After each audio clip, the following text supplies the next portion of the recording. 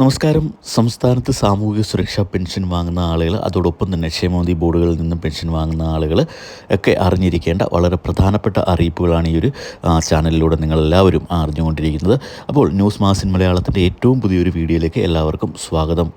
സംസ്ഥാനത്ത് നമുക്കറിയാം 62 ലക്ഷത്തോളം ആളുകളാണ് ഇന്ന് പെൻഷൻ പട്ടികയിൽ ഉൾപ്പെട്ടിട്ടുള്ളത്. ഇവർ കൃത്യമായ മസ്റ്ററിംഗ് നടത്തുകയോ അല്ലെങ്കിൽ ആവശ്യപ്പെടുന്ന രേഖകൾ കൃത്യമായി സമർപ്പിക്കുകയോ തദ്ദേശ സ്ഥാപനങ്ങളിലോ അല്ലെങ്കിൽ ഗവൺമെൻറ് ഓഫീസുകളിലോ ഒക്കെ സമർപ്പിക്കുന്നതിൻ്റെ അടിസ്ഥാനത്തിലാണ് കൃത്യമായി ഇവർക്ക് പെൻഷൻ ലഭിച്ചുകൊണ്ടിരിക്കുന്നത്. കൂടാതെ ഏറ്റവും പ്രധാനമായും നമ്മൾ മസ്റ്ററിംഗ് ചെയ്തെങ്കിൽ മാത്രമായിരിക്കും നമ്മളുടെ പെൻഷൻ പട്ടികയിൽ ഉൾപ്പെടുത്തി നമുക്ക് ലഭിക്കുക. അപ്പോൾ ഈ ഒരു പെൻഷൻ വിതരണത്തിലെ മസ്റ്ററിംഗ് അടുത്ത വർഷം മുതൽ മാറുമെന്ന അറിയിപ്പൊക്കെ വന്നിട്ടുണ്ട്.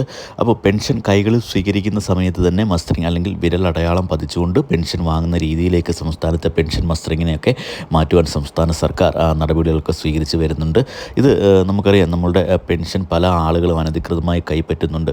അർഹതയില്ലാത്ത പല ആളുകളും പെൻഷൻ കൈപ്പറ്റുന്നതായി കഴിഞ്ഞ കാലങ്ങളിലൊക്കെ റിപ്പോർട്ടുകൾ വരികയും ഇത്തരത്തിൽ പിടികൂടിയ ആളുകളെയൊക്കെ, അതായത് അനധികൃതമായി പെൻഷൻ കൈപ്പറ്റിയ ആളുകളെയൊക്കെ പിടികൂടുകയും അവർ പെൻഷൻ കൈപ്പറ്റിയ തുകയും അതിൻ്റെ പലിശയും സഹിതം തദ്ദേശ സ്ഥാപനങ്ങളിൽ തിരിച്ചടയ്ക്കണമെന്ന നിർദ്ദേശമൊക്കെ സംസ്ഥാന സർക്കാരിൻ്റെ ഭാഗത്തു നിന്നും എത്തിയിട്ടുണ്ടായിരുന്നു.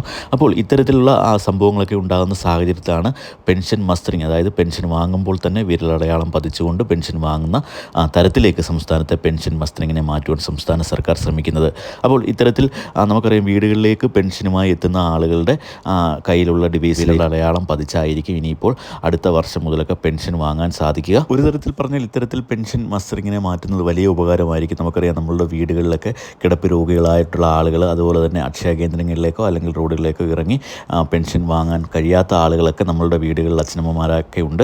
അപ്പോൾ ഇത്തരത്തിലുള്ള ആളുകൾക്ക് ഇതൊരു വലിയ സഹായമായിരിക്കും. നമ്മളുടെ പെൻഷൻ വാങ്ങുമ്പോൾ തന്നെ നമ്മളുടെ വീടുകളിലേക്ക് എത്തുന്ന ആൾ മസ്റ്ററിങ് സ്വീകരിച്ചുകൊണ്ട് പെൻഷൻ നൽകുന്ന ഈ ഒരു രീതി. അപ്പോൾ അതിന് മുമ്പ് നമുക്കറിയാം, നമ്മളുടെ ഇപ്പോൾ അക്ഷയ കേന്ദ്രങ്ങളിലെത്തിയാണ് നമ്മൾ മസ്റ്ററിങ് ചെയ്യേണ്ടത്. അപ്പോൾ നമ്മളുടെ വീടുകളിലെ കിടപ്പ് രോഗികളായിട്ടുള്ള ആളുകളൊക്കെ ഇപ്പോൾ ഉണ്ട് എങ്കിൽ അവർക്ക് അക്ഷയ കേന്ദ്രങ്ങളിലേക്ക് പോകാൻ കഴിയാത്ത ഒരു സാഹചര്യമാണെങ്കിൽ അക്ഷയ കേന്ദ്രങ്ങളിൽ അറിയിച്ചു കഴിഞ്ഞാൽ അവിടുത്തെ അക്ഷയ കേന്ദ്രങ്ങളിലെ ഉദ്യോഗസ്ഥർ നമ്മുടെ വീടുകളിലേക്ക് എത്തിയുള്ള മസ്റ്ററിങ്ങുമുണ്ട്. എല്ലാ മാസവും 20-ാം തീയതിക്ക് മുൻപ് ഇത്തരത്തിൽ മസ്റ്ററിങ്ങിന് സമയം സംസ്ഥാന സർക്കാർ അനുവദിച്ചിട്ടുണ്ട്.